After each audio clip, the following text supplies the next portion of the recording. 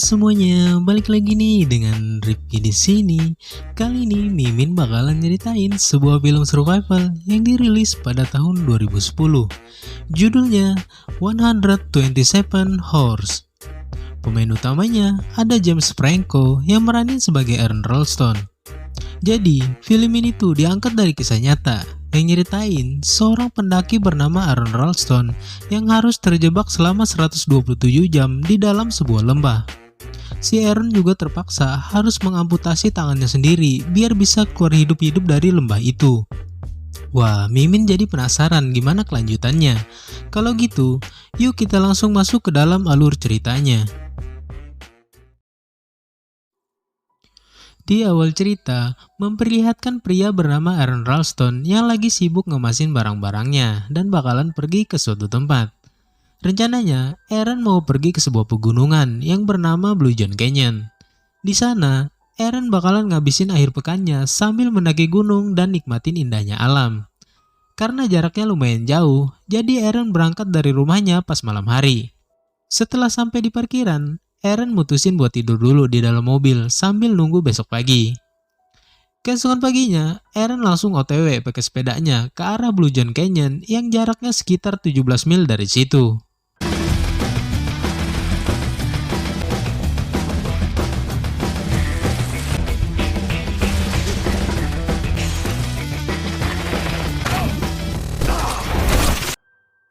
Karena jalanannya udah nggak bisa dijalanin sama sepeda, Aaron lanjut jalan kaki, ngelewatin bukit-bukit bebatuan. Lalu Aaron ketemu sama dua orang wanita yang berpetualang sama kayak Aaron. Wanita ini bernama Christy sama Megan. Mereka kayaknya kebingungan gitu dan lagi nyari tempat yang namanya The Dome. Aaron yang sudah hafal sama tempat-tempat yang ada di daerah sini langsung nunjukin jalannya ke Christy sama Megan karena kebetulan searah juga sama Aaron. Mereka sampai juga di depan pintu masuk.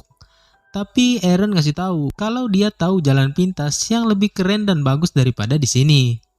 Ternyata jalan pintas yang Aaron maksud jalan di antara dua tebing batu. Mereka juga nggak pakai pengaman sama sekali. Tiba-tiba pegangan Aaron terlepas dan langsung jatuh ke bawah. Christy sama Megan langsung panik ngeliat Aaron yang jatuh. Tapi Aaron kayaknya teriak-teriak bahagia gitu di bawah. Aaron langsung nyuruh Christy sama Megan buat loncat, karena mereka sudah sampai. Ternyata, yang Christy sama Megan cari itu semacam danau di bawah tanah.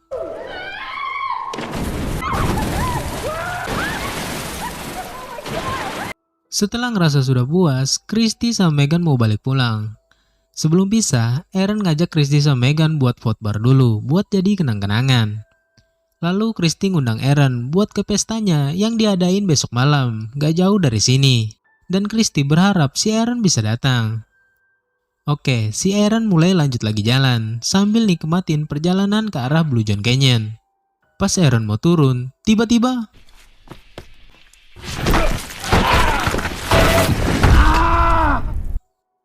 Ya, 127 jam pun dimulai. Aaron terdiam, seperti nggak percaya kalau tangannya kejepit sebuah batu besar. Aaron nyoba mau ngangkat itu batu, tapi ya nggak bisa karena batunya gede banget. Lalu Aaron teriak buat manggil Christy sama Megan, siapa tahu aja mereka masih nggak jauh dari sini. Christy! Megan! Tapi ya nggak mungkin juga kedengaran, karena posisi Aaron yang di bawah, apalagi kelihatannya nggak ada orang juga di sekitar situ.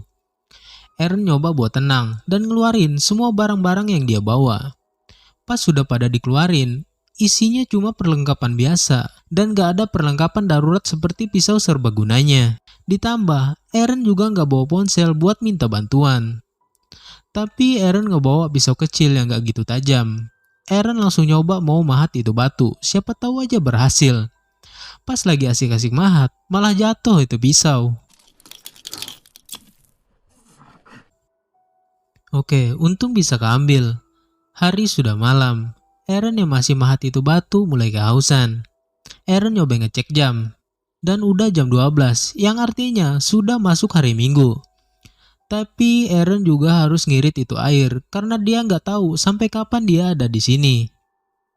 Ngerasa udah capek, Eren nyoba nyangkutin tali yang dia bawa buat diikat ke badannya biar si Eren bisa istirahat. Keesokan paginya, Eren masih berusaha mahat itu batu dan berharap bisa lepas. Lalu sinar matahari mulai masuk dari sela-sela bebatuan.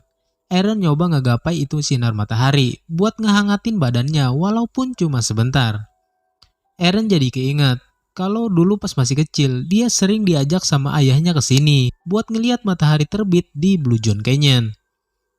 Eren mulai ngerekam dirinya sendiri dan mulai nyeritain kejadian kenapa dia bisa kejebak di bawah sini, dan tangannya juga mulai membiru karena aliran darahnya nggak bisa ngalir.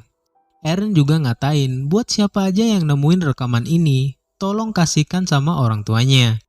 Sepertinya Eren sudah putus asa karena dia nggak mungkin bisa selamat dan gak bakalan ada yang nemuin dia di bawah sini. Ditambah, Eren pas mau ke sini nggak ada ngasih kabar ke orang-orang terdekatnya. Tiba-tiba, ada serpihan pasir yang jatuh dari atas. Help! I'm in the canyon! Please! There's someone down here! Walaupun si Eren sudah teriak-teriak minta tolong, tapi ya nggak ada siapapun. Mungkin itu cuma karena angin atau hewan yang ada di situ. Hari sudah malam, suhu juga makin dingin. Mau nggak mau, Eren harus ngebalut semua badannya pakai barang-barang yang dia bawa buat tetap hangat. Eren jadi keinget kalau malam ini tuh pestanya Christy. Sambil makan roti yang dia bawa, Eren mulai menghayal ada di pestanya Christy.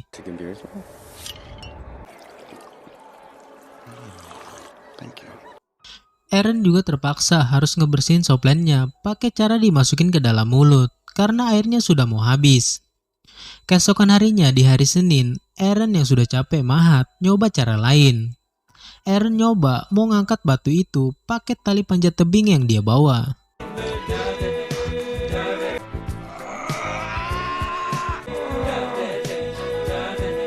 Tapi ya tetap aja nggak bisa. Eren mulai ngerekam lagi dan nyeritain kalau talinya nggak bisa ngangkat itu batu karena makin ditarik makin renggang karena elastis. Dan butuh sekitar 8 orang juga buat ngangkat batu segede itu. Airnya Eren juga makin menipis, cuma sekitar 150 ml. Eren kayaknya sempat berniat mau motong tangannya pakai pisau, tapi nggak bisa karena tumpul. Si Eren sampai ketiduran saking capeknya. Ditambah, airnya Eren juga sempat tumpah gara-gara mau ngebersihin soplennya. Lalu tiba-tiba, ada bunyi petir dan langsung turun hujan.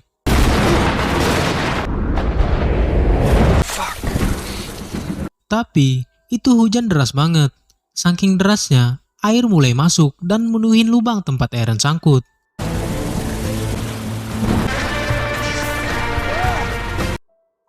Eren yang hampir tenggelam, mau gak mau nyoba buat nyelam dan ngedorong itu batu. Akhirnya bisa juga. Eren segera naik ke atas dan buru-buru balik ke mobilnya. Eren langsung tancap gas buat balik dan singgah di sebuah rumah. Yang dimana itu rumah istrinya Eren, si Jessica. Tapi pas Jessica ini ngebukain pintu, kayak kecewa gitu ngeliat Eren dan langsung nutup pintu. Ternyata yang tadi itu cuma mimpinya Eren aja. Keesokan harinya di hari Selasa, Eren sepertinya sudah frustasi banget karena semua usahanya nggak ada yang berhasil. Dan Eren juga terpaksa minum air terakhirnya. Tiba-tiba si Eren hampir aja kena serangan jantung dan langsung nusuk tangannya sendiri. Waktu berlanjut lagi di hari Rabu.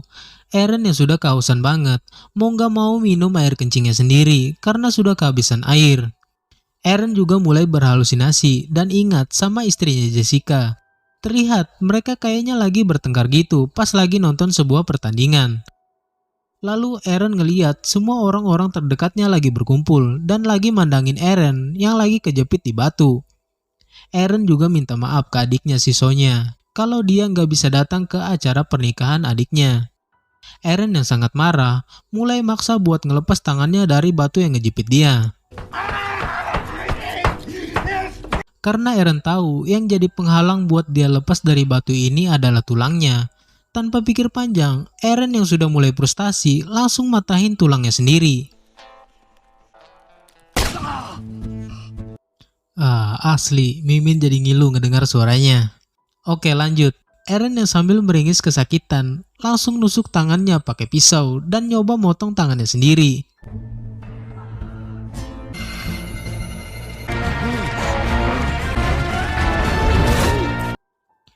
Akhirnya bisa lepas juga.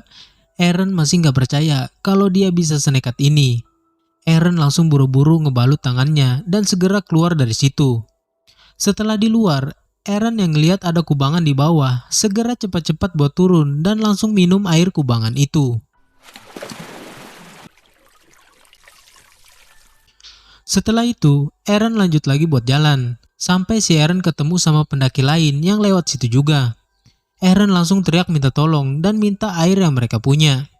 Pendaki lain juga langsung berdatangan, buat nolongin Eren yang sudah hampir sekarat karena kehabisan darah. Gak lama, ada helikopter yang datang buat ngebantu evakuasinya Eren biar cepat diselamatin. Di akhir cerita, akhirnya Eren bisa terselamatkan. Eren juga bisa berkumpul lagi bersama keluarga dan orang tuanya. 3 tahun kemudian, akhirnya hubungan Eren sama Jessica membaik, dan mereka memiliki satu anak laki-laki bernama Leo. Eren ngelanjutin lagi hobinya buat mendaki pegunungan, dan semenjak saat itu, si Eren selalu ninggalin pesan dan ngabarin ke orang-orang terdekatnya ketika mau pergi.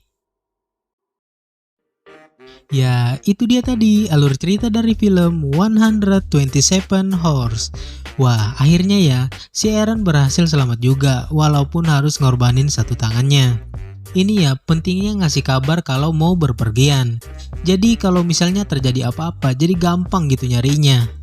Sekian dulu video dari Mimin kali ini, dan jangan lupa bagi yang belum subscribe bisa subscribe dulu di bawah. Sampai jumpa di video selanjutnya.